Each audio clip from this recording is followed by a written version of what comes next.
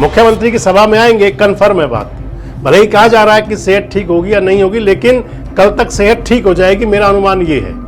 इलियास साहब, विधायक साहब जो है वो मुख्यमंत्री जी की सभा के मंच पर होंगे और जावेद साहब के बारे में चर्चा है, कल वो अब भाजपा ज्वाइन कर लेंगे। जो मेवात जिला है, नूह मेवात, ये हमेशा या तो इंडियन नेशनल लोकदल की फेवर में रहा या कांग्रेस पार्टी की फेवर में रहा। जैसे ही उन्होंने कांग्रेस पार्टी को धोखा दिया, बीजेपी के समर्थित कैंडिडेट सतीश नांदल को वोट दिया, उनकी ऑक्सीजन लेवल ठीक हो गया, सेहत भी ठीक हुई कुछ। अब की बार बताते हैं वो सेटिंग जो है वो जावेद साहब ने की थी कि कैसे वोट ट्रांसफर बीजेपी को करना है। जो हमारे सोर्स बताते हैं कि ये सब जो सेटिंग का खेल तो होता ही है, वो जावेद साहब ने किया।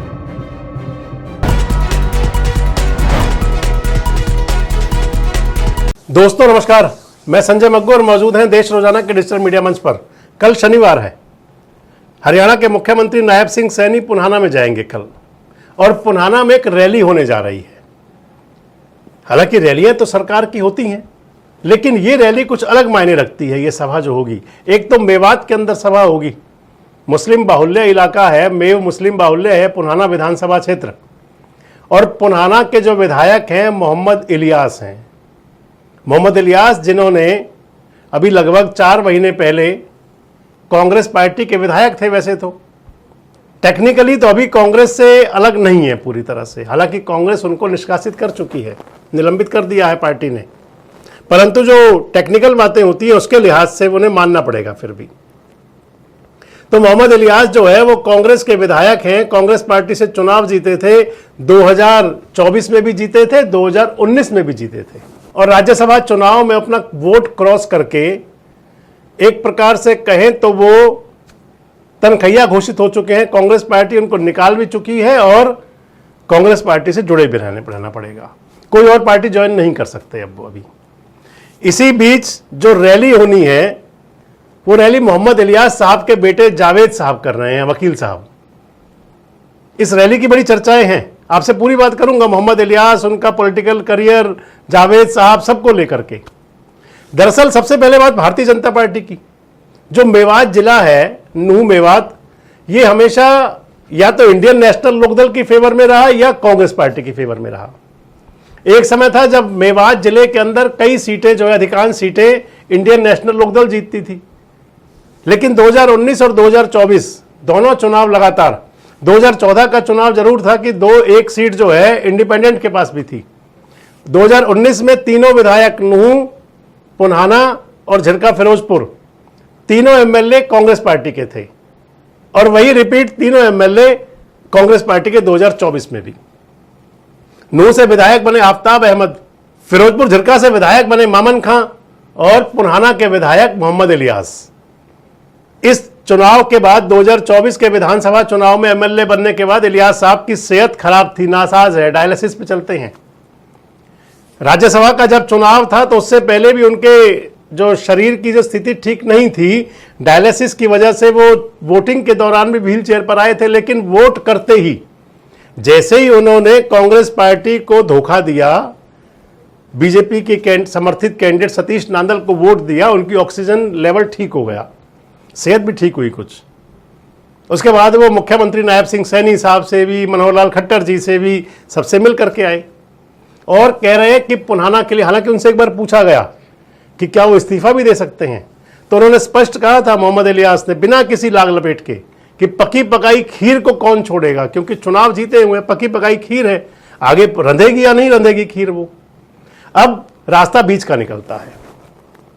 मोहम्मद इलियास को कांग्रेस पार्टी निष्कासित कर चुकी है पार्टी से, विधानसभा जो विधायक है जो, अब वो विधानसभा में बतौर कांग्रेस विधायक बैठने की बजाय, मैंने इसलिए कहा था तनखैया, क्योंकि जब तनखैया सिक्खी धर्म में आता है, खालसा पंथ में, कि जिन लोगों को खालसा पंथ से अलग कर दिया जाए और वो सरदार भी रहे तो वो तनखैया हो जाते हैं।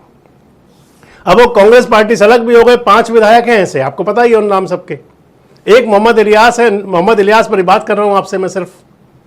तो इलियास साहब जो है विधानसभा के अंदर अपना कांग्रेस के साथ विधायकों के साथ तो बैठते नहीं, लेकिन भाजपा वालों के साथ भी नहीं बैठते, उनकी अलग सीटिंग है वो।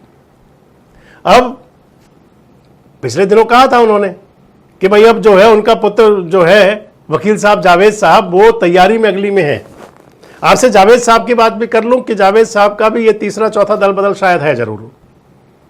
2019 से 2024 के दौरान जब सरकार भारतीय जनता पार्टी की थी और जननायक जनता पार्टी समर्थक थी, यानी कि गठबंधन की पार्टी, उस दौरान इलियास साहब तब भी कांग्रेस के विधायक हुआ करते थे, लेकिन रास्ता निकाल लिया जाता है।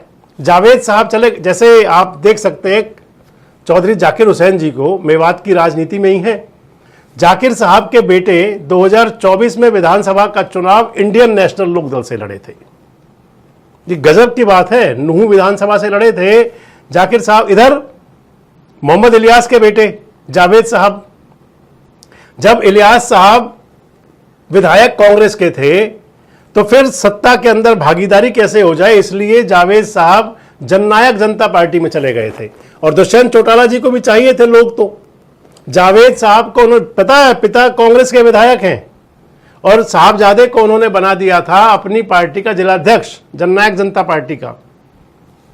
और उसके बाद 2024 में जब चुनाव आया, क्योंकि अब घुटने तो पेट के बल ही दबते हैं, पुत्र पिता से अलग कहां तक होगा।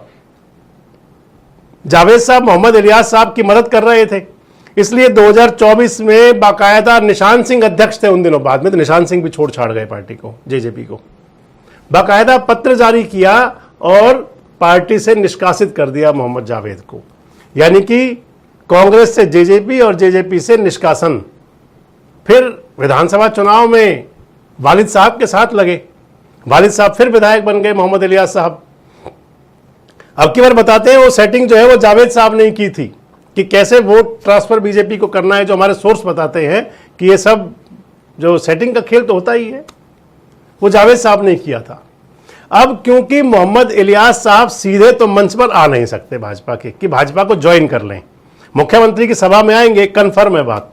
भले ही कहा जा रहा है कि सेहत ठीक होगी या नहीं होगी, लेकिन कल तक सेहत ठीक हो जाएगी, मेरा अनुमान ये है।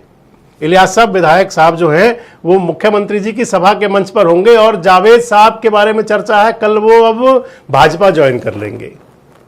यानी कि जो दल बदल, मैं तो इसको दलदल दल कहूंगा कि किसी दलदल से किसी और दलदल में अब जावेद साहब की नई सियासी पारी शुरू हो जाएगी। इधर पुनाना की जनता को सब्ज बाग भी दिखाए जाएंगे।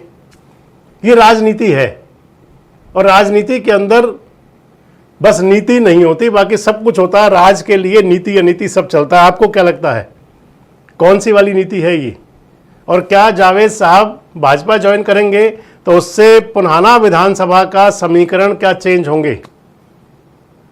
2029 के चुनाव तक इंतजार या बीच में भी कुछ हो सकता है? कमेंट बॉक्स में अपनी राय जरूर दें। जुड़े रहें हमारे साथ, देखते रहें देश रोजाना। हमारे साथ जुड़े रहने के लिए सब्सक्राइब करें देश रोजाना के YouTube चैनल को और नई वीडियो की नोटिफिकेशन पाने के लिए बेल आइकन जरूर दबाएं। अगर आप ये वीडियो Facebook या Instagram पर देख रहे हैं तो पेज को लाइक और फॉलो जरूर करें और ज्यादा से ज्यादा शेयर करें।